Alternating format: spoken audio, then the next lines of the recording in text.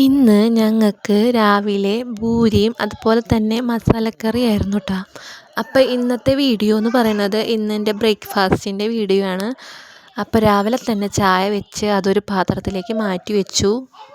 ഇനി നമുക്ക് പൂരി ഉണ്ടാക്കാനായി മാവ് സെറ്റാക്കാം. അപ്പോൾ അതിനായി ഞാനിവിടെ ആശീർവാദിൻ്റെ ആട്ടപ്പൊടിയാണ് കേട്ടോ എടുത്തിട്ടുള്ളത്. അപ്പം നമുക്കത് നന്നായി കുഴച്ചെടുക്കാം. അത് കുഴയ്ക്കുമ്പോൾ കുറച്ച് വെളിച്ചെണ്ണ അതിൽ കൂടെ ഒഴിച്ചിട്ട് ഒന്നും കൂടി കുഴച്ച് കഴിഞ്ഞ് കഴിഞ്ഞാൽ ഒന്ന് നല്ലതാട്ടാ. അപ്പോൾ അത് കുഴച്ചിട്ട് നമുക്കതിൽ തന്നെ അതൊന്ന് മൂടി വയ്ക്കാം കുറച്ച് നേരം. അപ്പോൾ അതവിടെ ഇരിക്കട്ടെ. അതിന് ശേഷം നമുക്ക് ഉരുളൻകിഴങ്ങ് തൊലി പൊളിച്ചെടുക്കണം, കറി വെക്കണ്ടേ. അപ്പോൾ ഉരുളൻകിഴങ്ങ് തൊലി പൊളിച്ച് അതൊന്ന് കഴുകി കുഞ്ഞ് കഷ്ണങ്ങളായി നുറുക്കി വയ്ക്കാം. നുറുക്കി വെച്ചതിന് ശേഷം അത് അടുപ്പിൽ കുക്കറിൽ വേവിക്കാൻ വെക്കാം.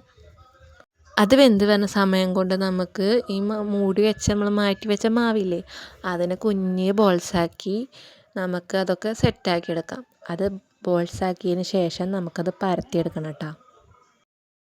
ഞാനപ്പോൾ പരത്തണേൻ്റെ ഇടയിൽ എൻ്റെ മോള് വന്നിട്ട് ഇത് നോക്കി നിൽക്കുന്നുണ്ട് കേട്ടോ.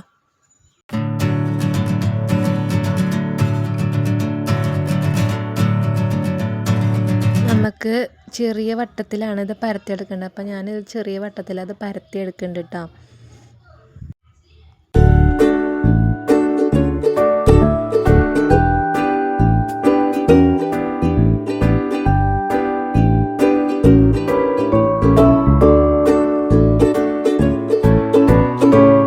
അപ്പോൾ മാവെല്ലാം പരത്തിയ ശേഷം നമുക്ക് ഒരു ചട്ടി അടുപ്പുമ്മ വെച്ച് അതിലേക്ക് ഓയിലോ വെളിച്ചെണ്ണയോ എന്താ വെച്ചാൽ ഒഴിച്ച് നമുക്കതിനെ മുക്കി പൊരിച്ചെടുക്കാം.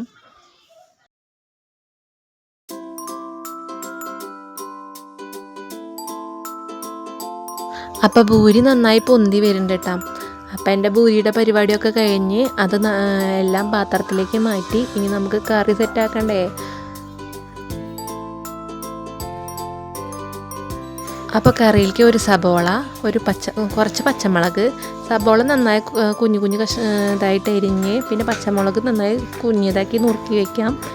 പിന്നെ ഇഞ്ചിയും വെളുത്തുള്ളിയും വേണം കേട്ടോ. ഞാനത് എടുത്തില്ല വീഡിയോ, അത് ആവശ്യമുണ്ട്. അപ്പോൾ ഒരു ചട്ടി വെച്ച് എണ്ണ ഒഴിച്ച് നമുക്ക് കടുക് പൊട്ടിച്ച് ഈ പച്ചമുളക് ഇഞ്ചി ഒക്കെ ഇട്ട് നന്നായി മൂത്ത ശേഷം സബോള അതിലേക്ക് തട്ടി കൊടുക്കാം. സബോള നന്നായതിനു ശേഷം നമുക്ക് കുറച്ച് വേപ്പിൻ്റെ ഇല ഒരു ഭംഗിക്ക് വേണ്ടി ഇട്ട് കൊടുക്കാം. അപ്പോൾ വേപ്പിൻ്റെ ഇല ഇട്ടതിന് ശേഷം കുറച്ച് മഞ്ഞൾപ്പൊടി ഇട്ട് കൊടുക്കാം. മഞ്ഞൾപ്പൊടി ഇട്ടതിന് ശേഷം നമുക്ക് ഉരുളൻകിഴങ്ങ് വേവിച്ചിട്ടില്ലേ അത് ഇതിലേക്ക് തട്ടി കൊടുക്കാം. അപ്പോൾ നന്നായിട്ട് അത് മിക്സ് ചെയ്യണം. മിക്സ് ചെയ്ത് ഈ പരിവായിട്ട് കിട്ടും.